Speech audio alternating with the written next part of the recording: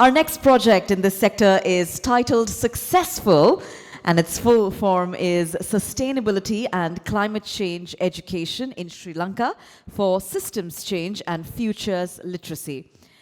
Our presenter is Professor Isham Mohammed. He's from the Sabragamwa University, and we'd now like to invite him to give us an overview of this project. Let's put our hands together for Professor Isham Mohammed.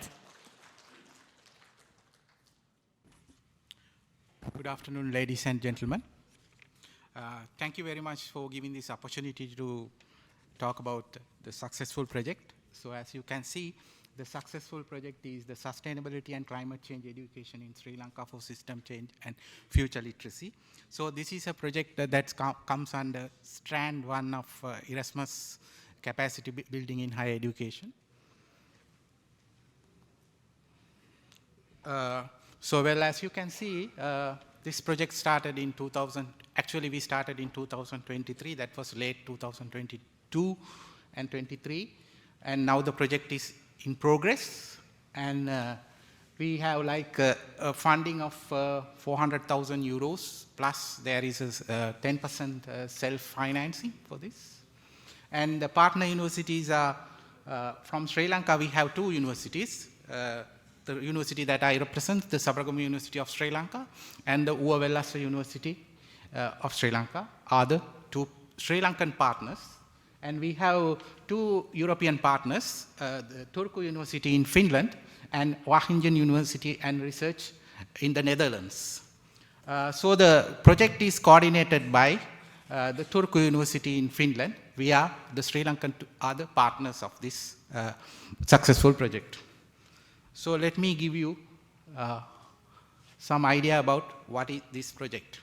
So actually, as you can see, the broader objective of this project is, that is, the project is supposed to end by end of 2025.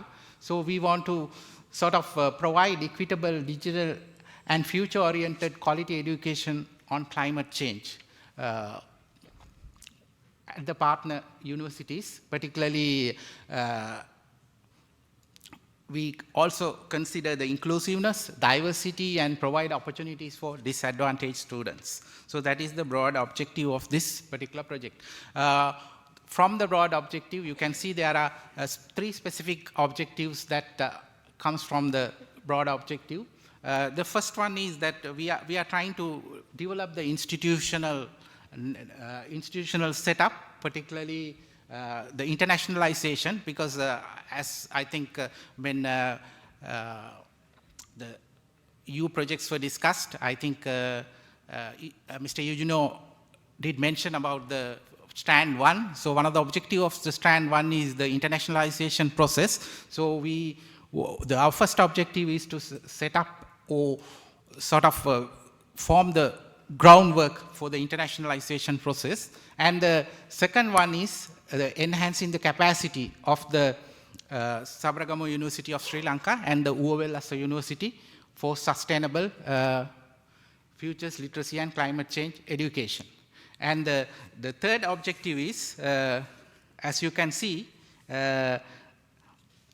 improving the equitable access to students is the third specific objective of this project. And the approach that we have adapted is, particularly it has 3 elements. As you can see, the future literacy, the innovative pedagogies, and understanding complexities in climate change. So we are trying to look at these interdependent elements, 3 elements, to bring them together. That is our approach. So here, for the first time, we have tried to incorporate futures literacy into the climate change education in Sri Lanka. So that is particularly the University of Turku is doing a lot of work on futures research. So we are trying to bring their knowledge and skills into developing this particular module on climate education. So here, particularly, as you know, the futures literacy is very important, particularly when it comes to the area of climate change, because the uncertainties and what unfolds in the future, I mean, is something that all of us are concerned about. So the future's literacy becomes an important component, particularly in the climate change education. So we try to bring this into the course modules. And apart from that, we are trying to bring in innovative pedagogies, particularly the University of Wageningen is helping us with, because their expertise is on pedagogies, so they are supporting us with particularly the problem-based and challenge-based education into the climate change education, because it is very, very important, because really when you look at the climate change education, it is very important to sort of bring in this kind of challenge-based education, because when it comes to most of our courses right now, what we do is most of the theoretical and the traditional approaches are adapted, but when it comes to like the climate change, it is utmost necessary that the students are, I mean, the capabilities of students are built to really face problems and how to find solutions to these problems. So we are trying to bring in these innovative capabilities or innovative pedagogies rather into these course modules. And also we are looking at the climate science and understanding the complexity, because you know climate change is a wicked problem and it is so complex, and the society that the implications of climate change are huge, and I don't want to discuss this, everybody is aware of it. So we bring these three elements together in order to develop this open access education opportunity on climate change education. So that is basic approach of our project and the major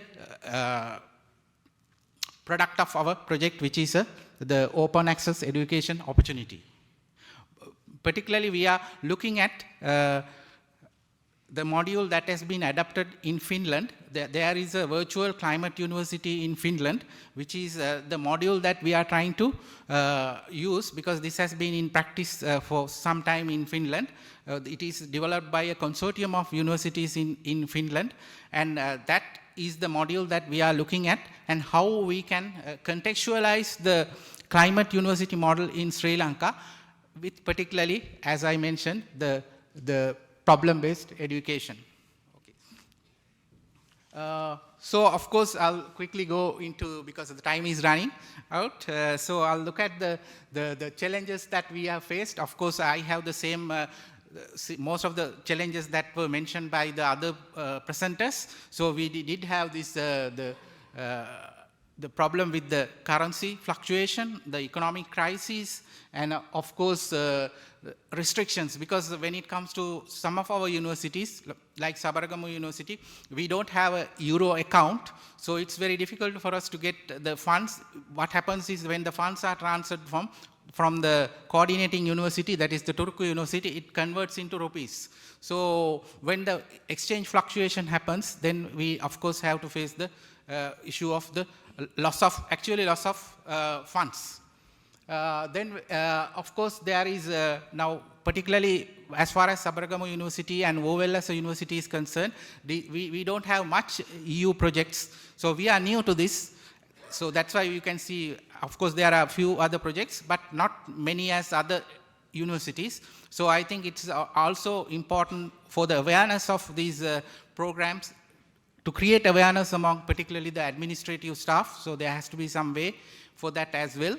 So then of course we also find there are some incompatibility between the financial procedures of the university system in Sri Lanka and the EU guidelines. So there are issues that we have to troubleshoot. Then of course when it comes to this particular project, we have also, there is a component in the proposal where we need to develop climate lab and learning spaces. So we sometimes get into trouble because we are only allowed to purchase equipment, not furnitures. So that is also one of the problems that we face. And then of course, as you know, like our universities, the International Affairs Division is not that strong. It's not equipped.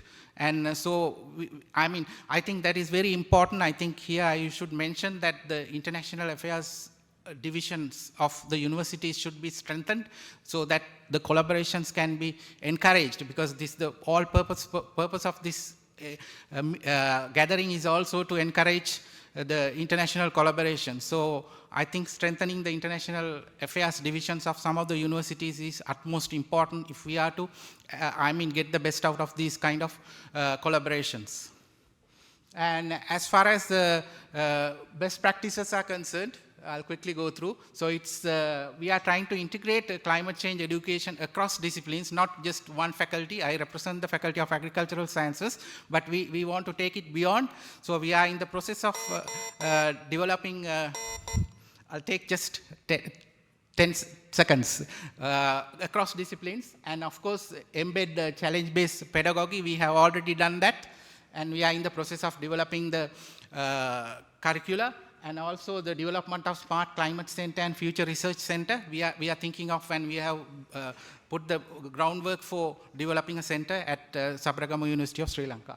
And then of course, the open access online contents on climate change education with the flavor of futures literacy is another achievement. And of course, we have started networking with non-academic partners and to collaborate with them and to take the climate education beyond the boundaries of the university. Thank you very much.